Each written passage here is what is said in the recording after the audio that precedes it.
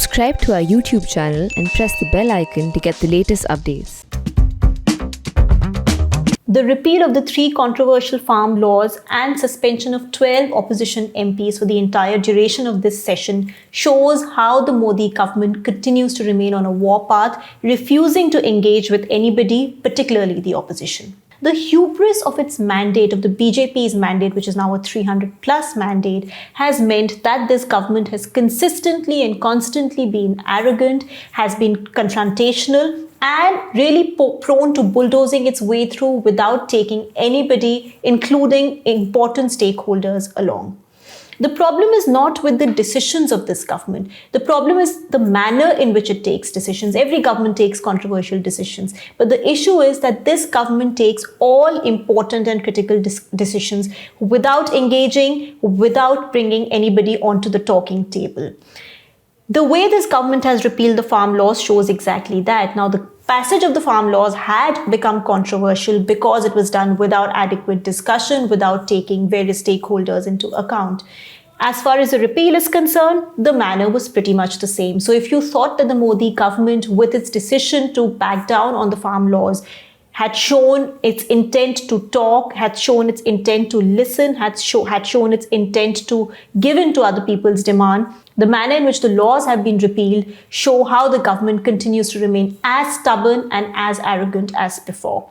Just one day into this parliament session, the opposition was already crying hoarse, was already crying foul, and quite rightly so, because in that one day, in the first day of the parliament session, there is so much that happened. The government repealed these 3 farm laws despite the opposition wanting discussion, and 12 opposition MPs were suspended.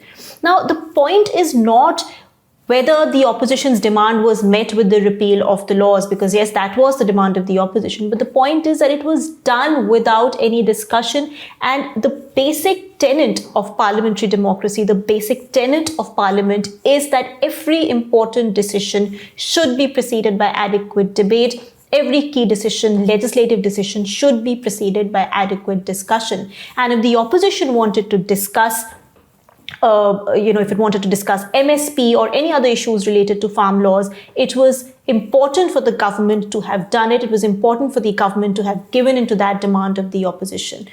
If democracy gives you the right to rule, it also puts on you the onus and responsibility of doing that democratically. And that is something that the Modi government seems to have forgotten.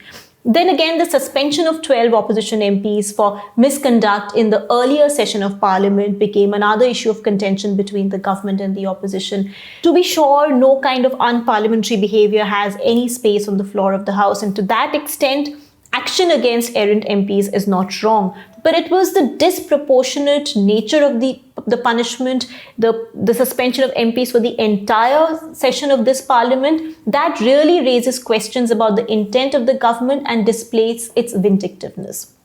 But this is really not new to the Modi government. As they say, old habits die hard. Ever since this government came to power in 2014, it has been very confrontational and absolutely reluctant to talk to the opposition. Now, often we've seen the blame is placed on the opposition for not being united enough, for not being able to confront the government enough, and for not being able to take down the government on the floor of the House. But really, the onus is not on the opposition to project a united front. That is more of a political question. That's not really a fundamental or structural issue.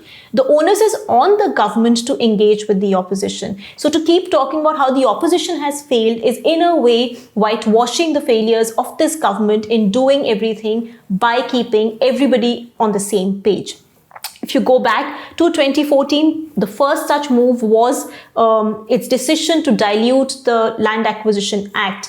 Ordinances have become the go-to crutch for this government, and that was the case even in the Land Acquisition Act. Of course, this government had to back down because of the pushback from the opposition, because of the pushback from farmers, much like in the case of the farm laws. But since then, there are various decisions this government has taken which raise questions about its democratic functioning. So whether it is demonetization or whether it is the passage of bills like the Triple Talaq Bill, the Citizenship Amendment Act, or whether it is decisions like the abrogation of Article 370. Most, and in fact, all of these decisions were taken without any consultation, without any engagement, and really were as high-handed as they can be. Yes, this government does have the people's mandate, and yes, for every government there are tough decisions to be taken which it feels it has a right to do. But no mandate, however handsome it might be, gives the government the right to overshadow the opposition, to overwhelm everything, and to dominate without taking others into account.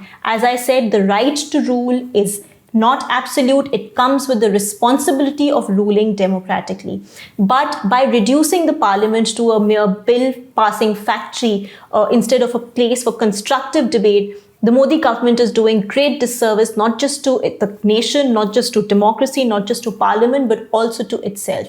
Any political party and any leader or any prime minister who wants to really leave a legacy behind, who wants to be remembered for doing something, cannot do so by merely winning elections. The BJP may well win the next election as well, the 2024 elections, just like it did in 2019, because it has a lot going for it. But yet, it would go down in history for the damage it has caused to constructive debate and discussion in democracy and to the very idea of parliamentary democracy. For more, you can log on to our website, theprint.in, to read my column, Politics.